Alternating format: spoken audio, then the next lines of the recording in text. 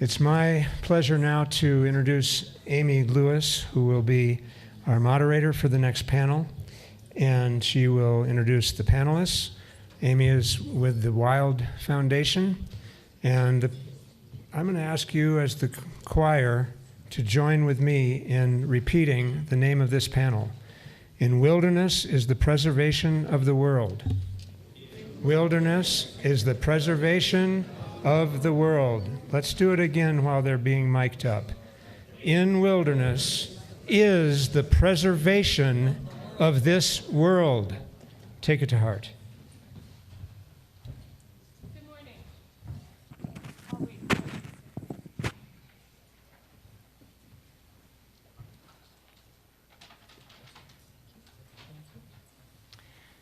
Good morning. My name's Amy.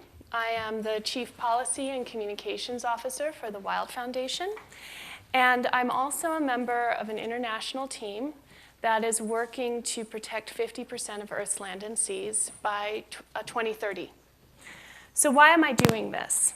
Well, the first reason is because the scientists have asked this question: how much wilderness do humans need to survive?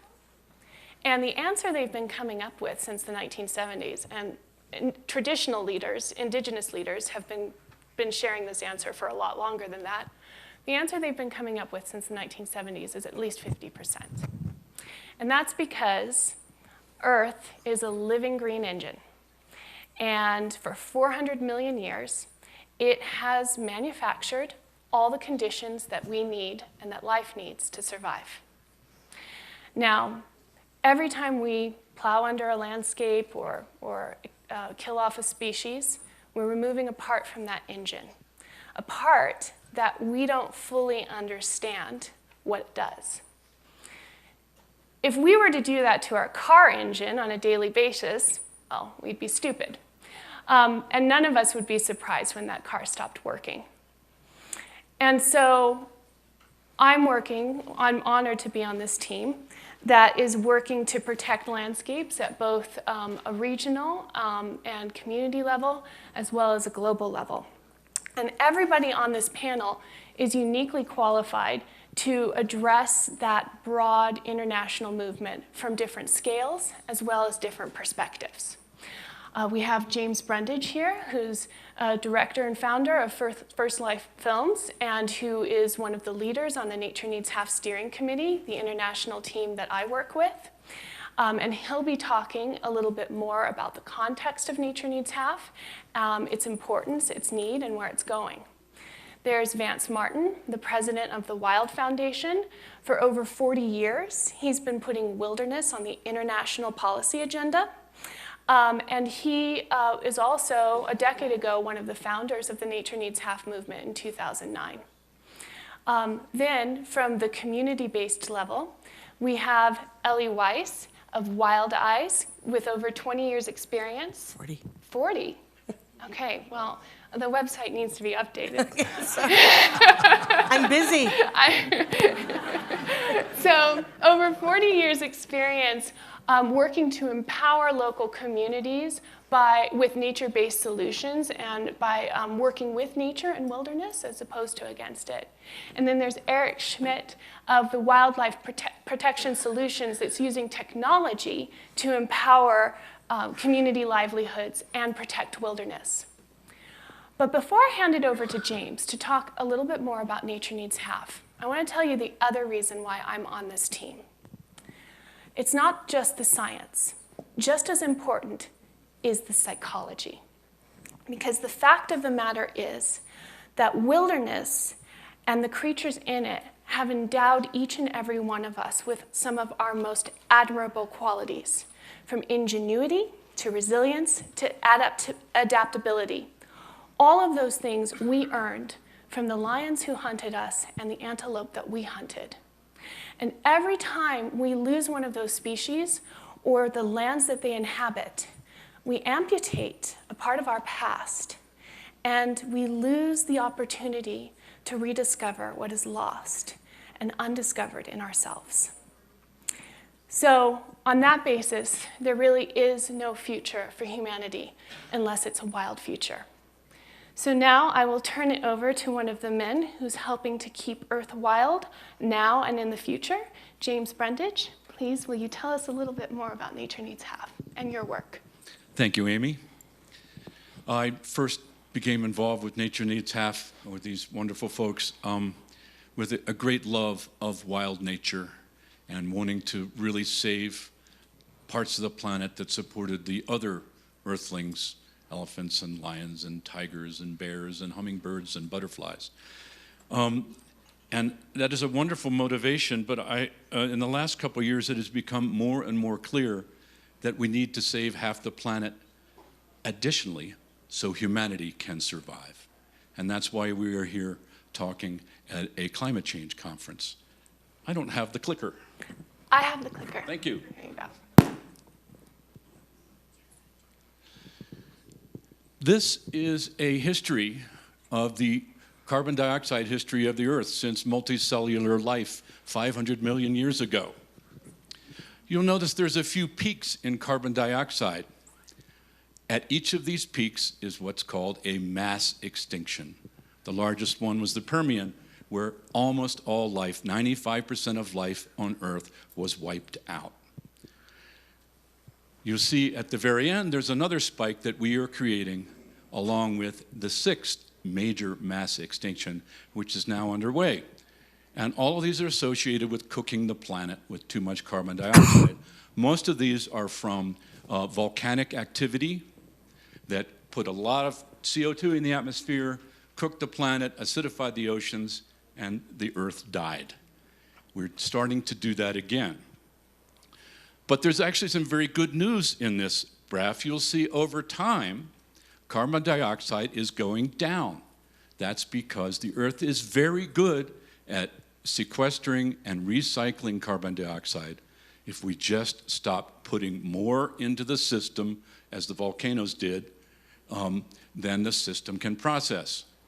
We are now putting more carbon dioxide into the system at a faster rate than any of these previous volcanic events.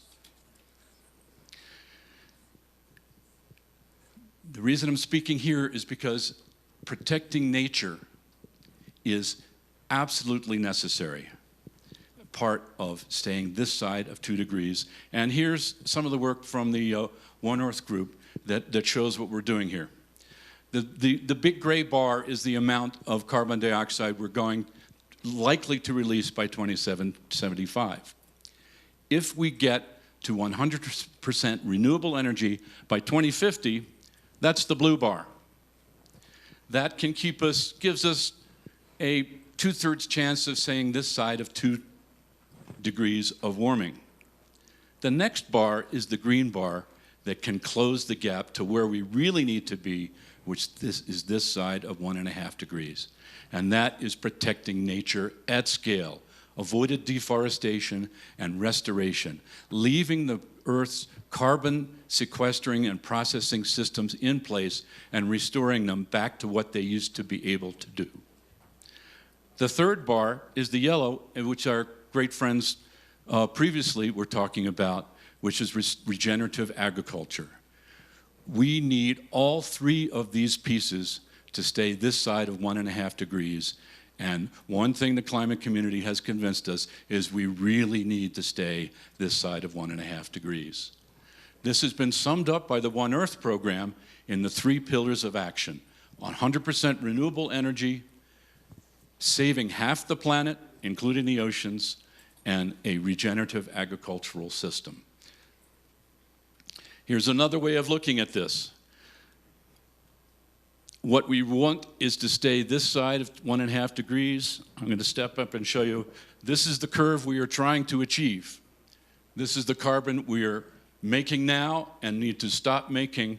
But this is the part that we absolutely also need, is the regenerative and sequestering capacity of ocean sinks and land sinks, and changing land use so it goes from a carbon emitter to a carbon sequesterer. That's what these wonderful folks before us was talking about, and it really needs to be a big part of the program. With Nature Needs Half, we're talking about saving the forests, and the grasslands and the mangroves and the areas that we really need to leave as part of our living system. One of the challenges with Nature Needs Half, though, is it's a global average. And there are, in fact, it's important to save the right half. And there are many places in the world where we, in fact, need to save more than half. You may have heard that the rainforest makes its own rain, and that is literally true in a significant fashion. The Amazon is, in fact, two rivers. Surface water which flows from the Andes to the ocean, but an airborne river that comes off of the ocean and moves west. Each drop of water that evaporates from the Atlantic and falls into the rainforest is cycled through the rainforest, moves west, and falls again 7 times before all this moisture reaches the Andes. Then if you will look at this picture, you see there's a band of clouds extending from the Andes all the way up the west coast of America to, and this moisture flow goes from the Amazon all the way up to the Sierra Nevada and the Rocky Mountains. Now, our colleague Thomas Lovejoy has studied this. If we cut down more than 20% of the Amazon forest, this biopump ceases to function. The rain will not flow, it won't get up to America, and we will lose half the snowpack in the Sierra, therefore our winter vegetables. We will lose the ski industry in Aspen, and the sandhills of Nebraska will turn back into a sand desert. So this is what Nature Needs Half is about at heart, is protecting these really large natural systems upon which all life on Earth depends. And it's an essential part of the climate solution as well. Of course, here we're also talking about the oceans. These are the current protected areas in the oceans which need to grow.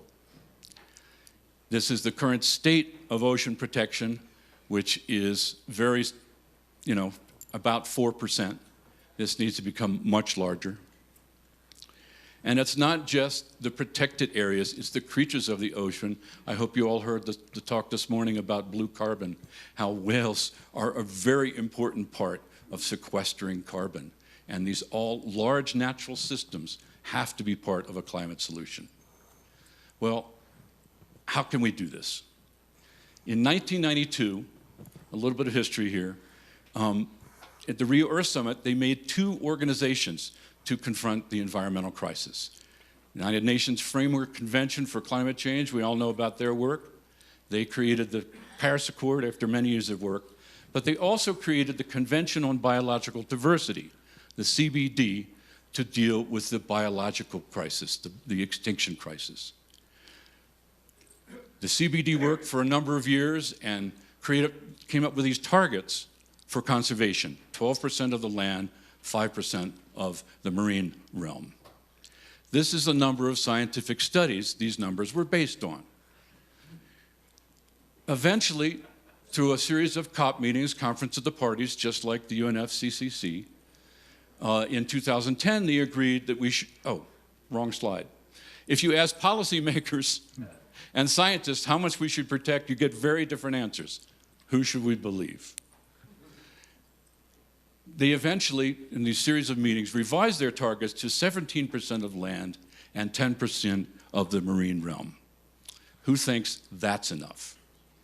We need to push the CBD to get these international targets to saving half the planet for all the reasons that I've been talking about.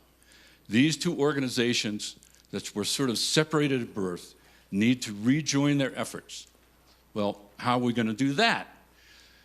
Here's the signing of the Paris Accord. It was a wonderful, wonderful, wonderful agreement. Perhaps we need, no, not perhaps, we need a global deal for nature. We need an agreement like the Paris Peace Accord for biodiversity. And thank you. And some of our colleagues on the Nature Needs Half Steering Committee, led by Eric Dinerstein, Tom Lovejoy, Enrique Sala from National Geographic, have written a global deal for nature that they intend to put in front of the CBD meeting in Beijing in 2020. And this is an incredibly important document. Find the website, sign the deal, sign the petition. We have about 3 million signatures now. We're hoping for 7 billion, but we will take anything this side of there. But this is a vision of really what we need to do.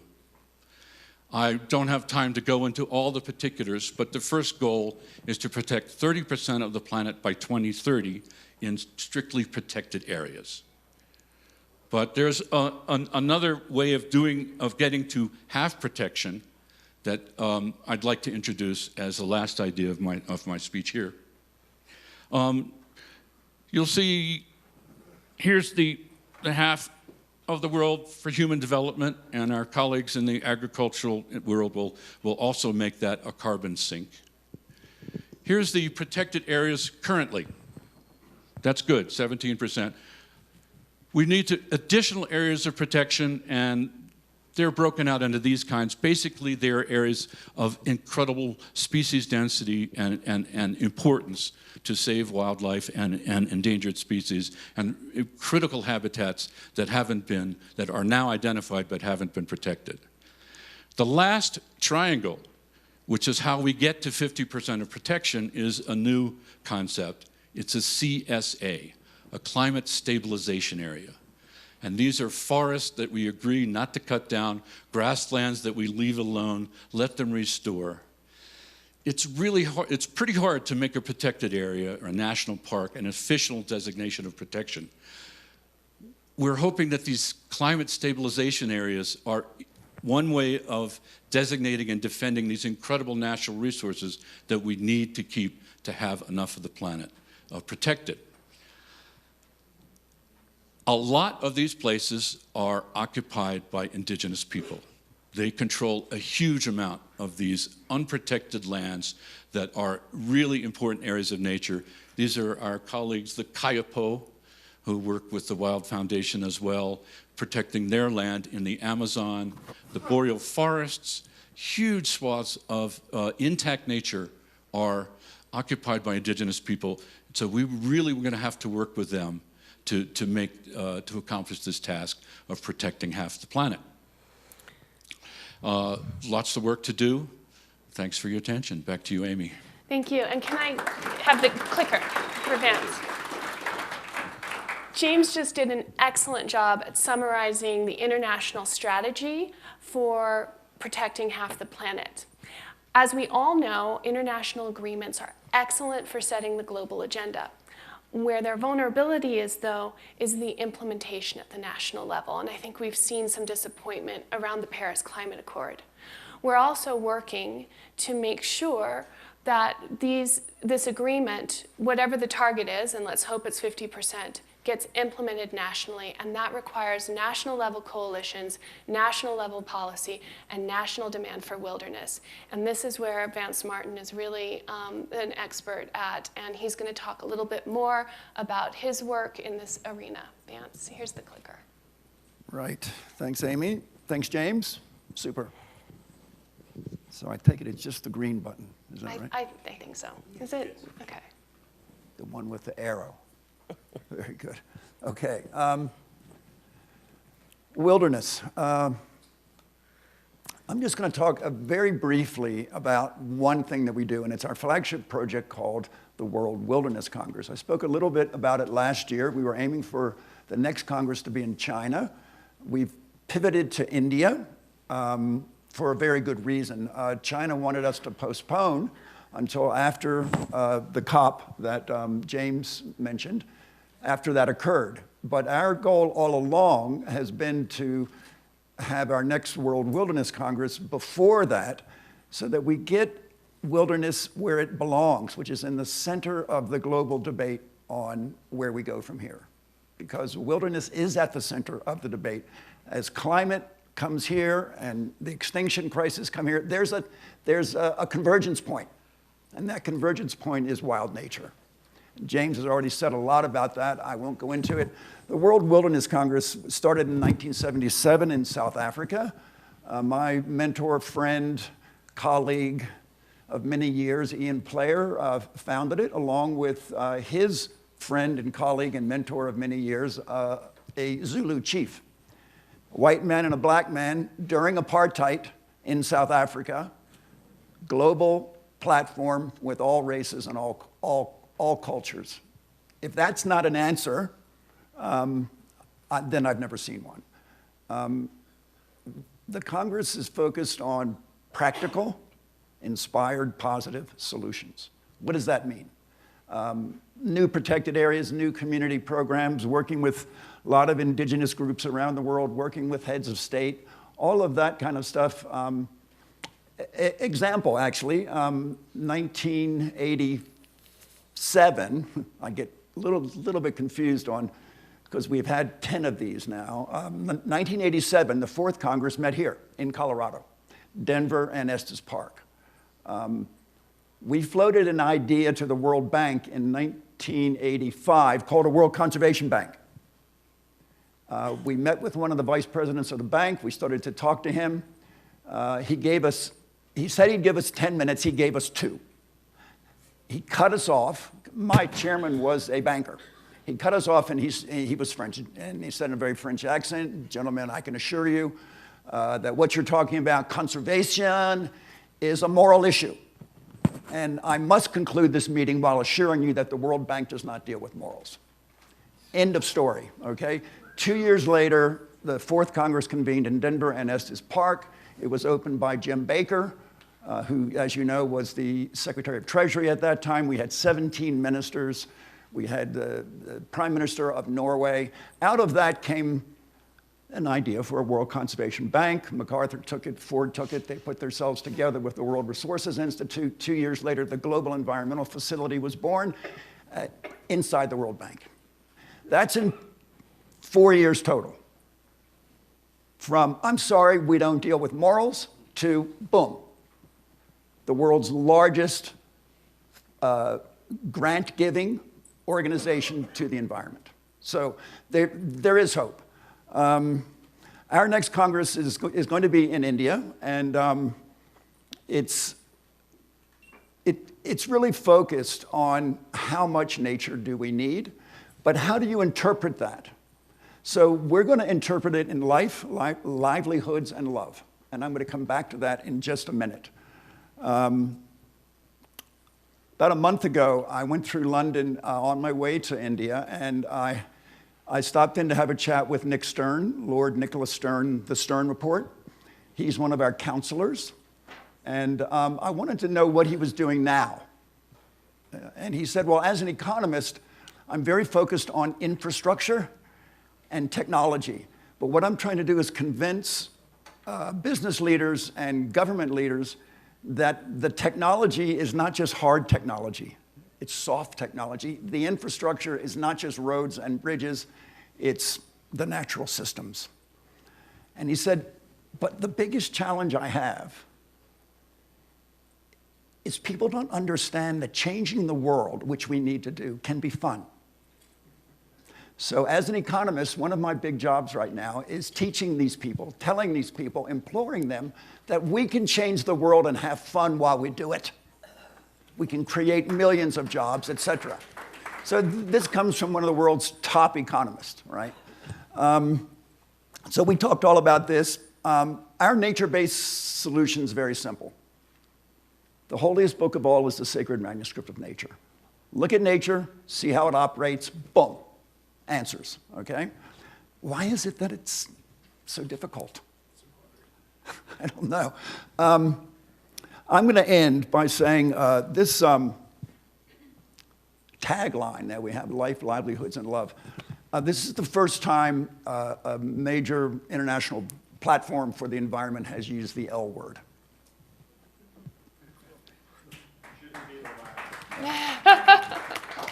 It's one of those nasty little 4-letter words that mean so much. So I kind of insisted that we put it in there, and my colleagues in India, of course, had no issue with it. But I knew we'd get a little bit of blowback from some of the scientists that we work with. So I pushed this at the steering committee meeting of the World Commission on Protected Areas in Kenya about 3 months ago. So I gave my presentation, and so there was a little bit of quiet in the room after that. And it was mostly scientists, not all. And finally somebody said, what's this love thing?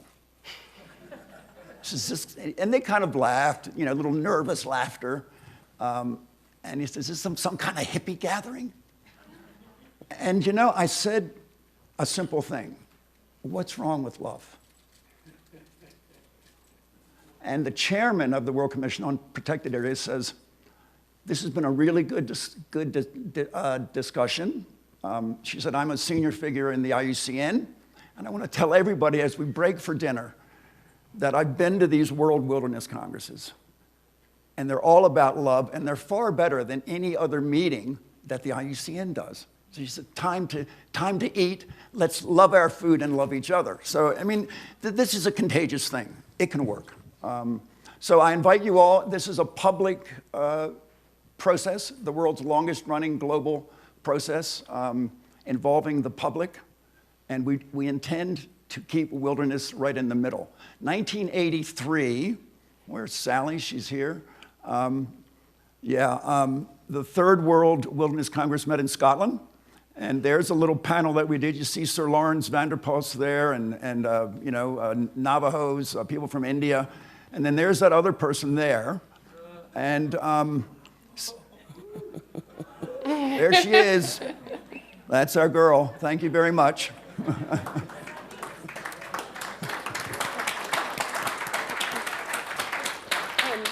We've spent a lot of time on the global, and now I want to turn to what nature-based solutions look like at the community and individual level, and how they actually work to transform livelihoods and opportunities for individuals. So I want to hand it over now to Ellie Weiss of Wild Eyes, and she'll tell us a little bit about her work and what she's experienced with nature-based solutions. Hi. So, is this working? Hello. There. Just need to bring the ladies over. Okay. So, Works from there. It works nice. okay. You can hear me? All right. So, I'm Ellie Weiss with Wild Eyes Foundation. It's an organization that's been working for close to 30 years now on the ground throughout sub-Saharan Africa. And through the years, we've realized that just working on the ground with particular communities or individuals is going to do a lot there, but how do you connect the dots to what's going on with everything this panel is speaking about? So there's a lot of international conventions and of parties and treaties and members where a lot of thought leaders and change agents meet. In that sense, Wild Eyes is currently having an observer team at CITES, the Convention on International Trade of Endangered Species and Flora and Fauna. So we have a 4-member team there, and we're going to be talking to a lot of people, because at this point in time, at COP18, is what they're going to decide what trade in species looks like, from the megafauna down to orchids, which will affect this nature needs half, and who and what is living in this wilderness. And we have a tendency to think of wilderness as something out there. And what I liked about Savory's project and John McBride and Jerome is wilderness is right in our backyard. And as Amy was talking about in terms of our psyche, we need wilderness for our psyche. It's a human spirit of being somewhere else that takes us away from the urban landscape. And another way to put an analogy to this is ubiquitously on television, look at every car advertisement, automobile salesman you see. It's taking you out to someplace wild, while at the same time, it's that very fossil fuel burning thing that is cutting tracks, making roads, and fracturing this very half that we need to protect. That doesn't mean we can't drive out there, but we have to think about all the different pieces, parts that we're using in the various parts of wilderness that make up the half. It's not a globe of one side's no use, no utilization. all sustainability, all conserve protection, and the other F is all urban business GDP. And that's another thing from an economist point of view. We have to look at gross domestic product and this economic growth of infinite growth on a finite planet isn't going to work. And I'd had a guest here at AREDAY last year, Brian Check, the founder of the Steady State, the Center for Advancement of the Steady State Economy. And what he had explained to me is everything we're talking about. Nature's resources need to be able to sustain themselves.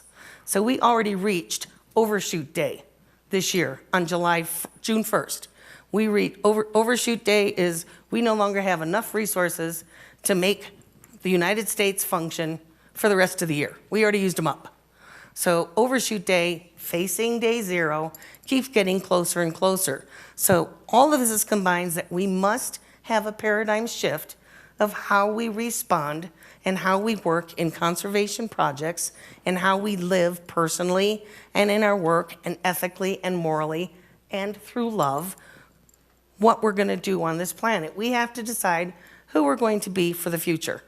And that's happening now at all these different conventions for the Biodiversity Convention, CITES, the Wilderness Convention, IUCN, all of these meet and they make major decisions that the rest of us have to abide by, but we don't necessarily know the rules.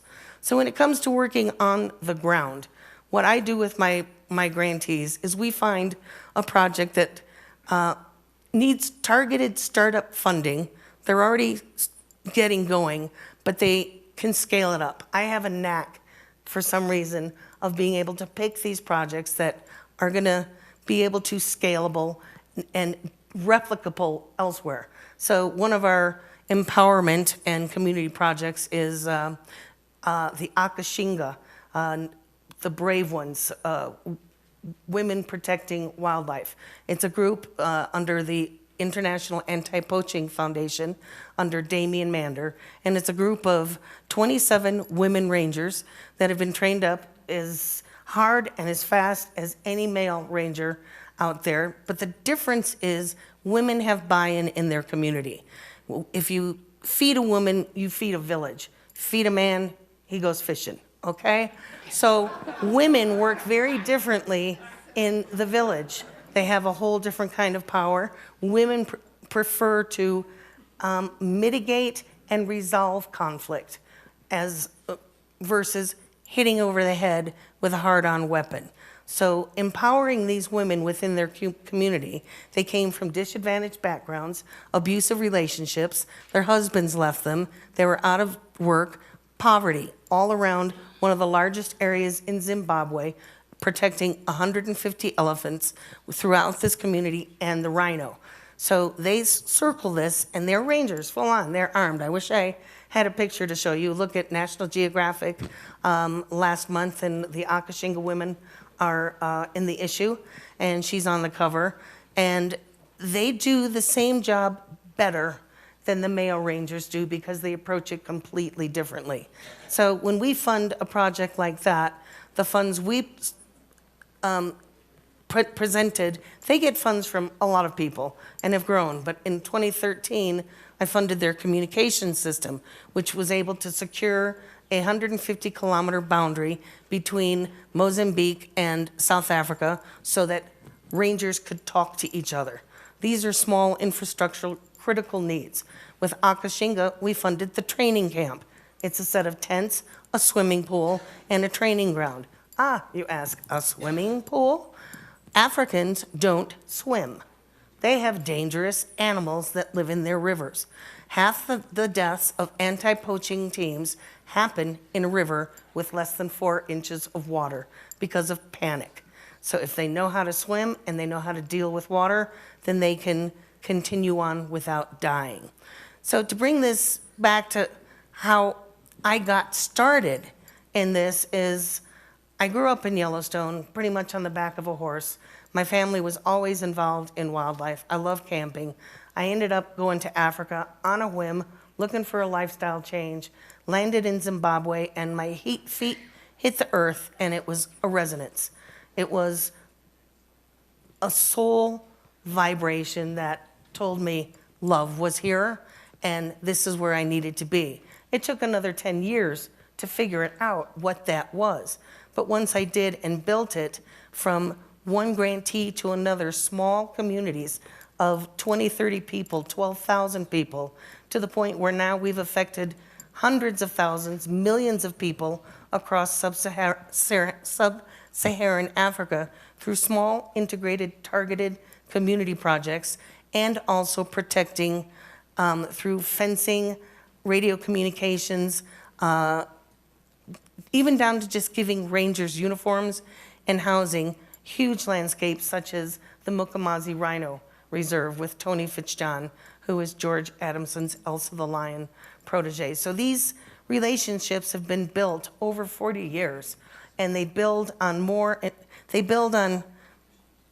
things that have been going on, operations, projects that have been going on decades before I came along, that we all need to integrate. And I think one of our biggest problems today, there are so many great organizations, and this is why I like the word of including love. And when we talk about wilderness and nature needs half, is we have to be inclusive. So many organizations are out there fighting for their piece of the pie, the money pie. And we realize it's necessary. But if we can start being more inclusive with everybody, because we're all eventually working for the same goal, save half of Earth and hopefully some humanity along with it. Let's choose the best.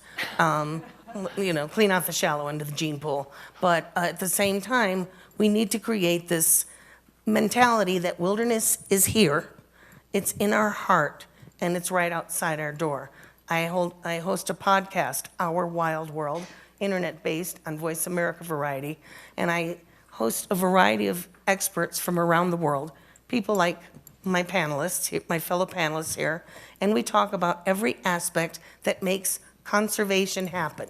And we talk about that conservation needs new words. It's old, it's getting tired out. We need to revitalize what it means. We need to revitalize what nature means. We need to understand that wilderness isn't something out there, it's something we hold inside, and each of us can do something about it. So I had prepared something entirely different to say, so I just winged it, and I hope I sort of worked in everything. Thank you. Thank you, Ellie. And the point about inclusivity is fantastic, and I think it segues perfectly into our next speaker, Eric Schmidt of the Wildlife Protection Solutions, because wilderness, we're talking about this primitive, this most ancient system of life, and yet we must be inclusive of some of the most advanced and cutting-edge technologies in order to empower people to protect it, as well as empower our wild future. And so Eric is going to share a little bit more about that on the front lines of technology and wildlife protection. Absolutely. One of the things that we do as an organization is travel throughout sub-Saharan Africa, Southeast Asia, and other places around the world to understand what are the best practices in protected area management and try and spread that information from one location to another and really foster sharing from community to community. One of the things that we constantly hear is, there's never enough resource. If you look at a given protected area, oftentimes the rangers on patrol there are responsible for massive areas.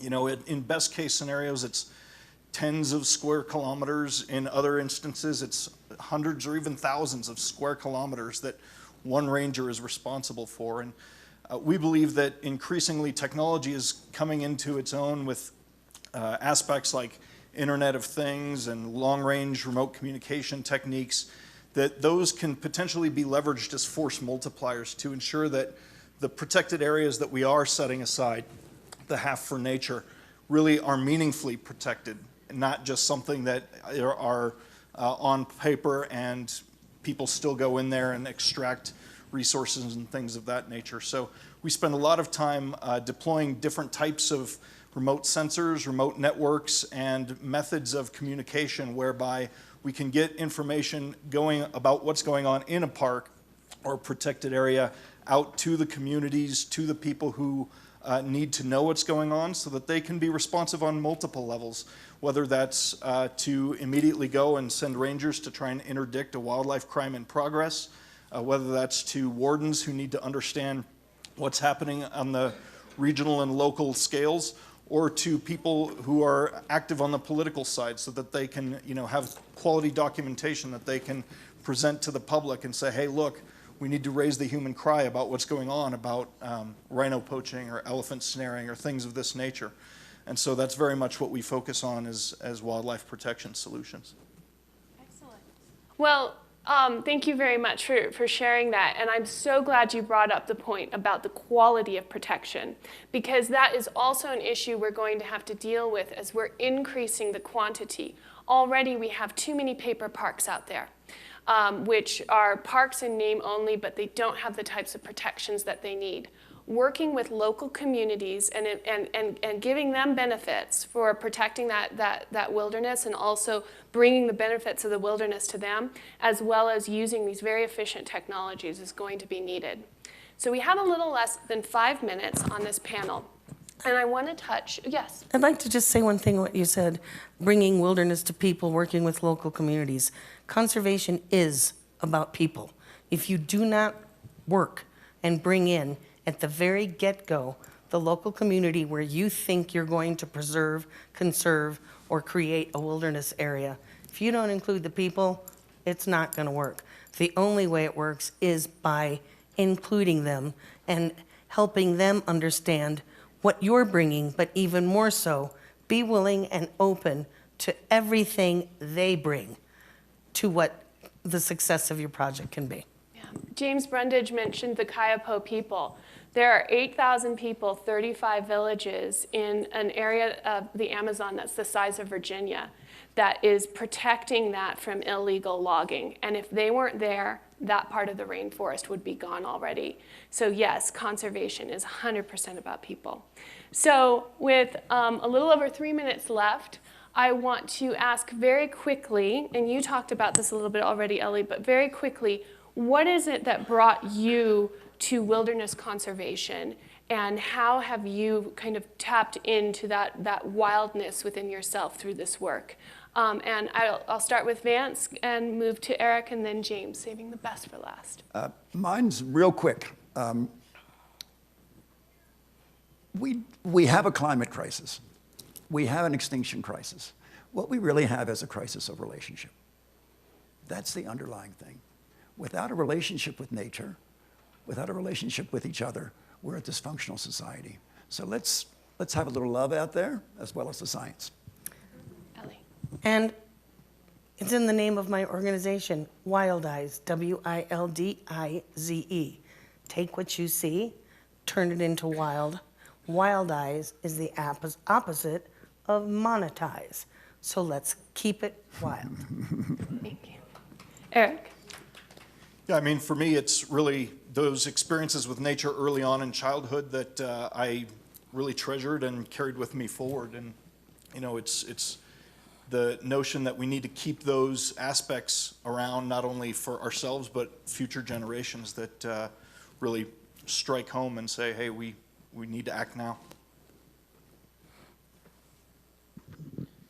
Well, personally, I grew up with a family who spent a lot of time in nature, long horseback trips and canoe trips, and it just became a part of my life. And I've been incredibly lucky to make it part of my career, to be filming in some of the best, most beautiful places in the world, to be, swim with whales and be surrounded by elephants. But I've come to understand that this is a rare privilege to those of us who can fly around the world and visit these places.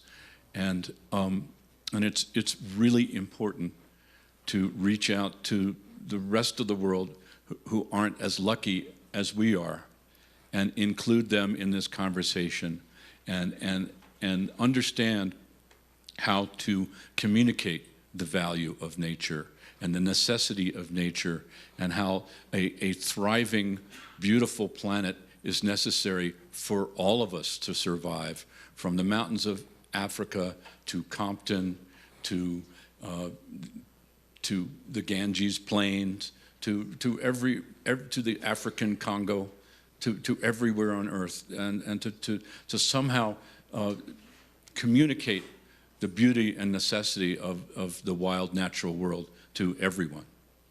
Thank you, James. Thank you.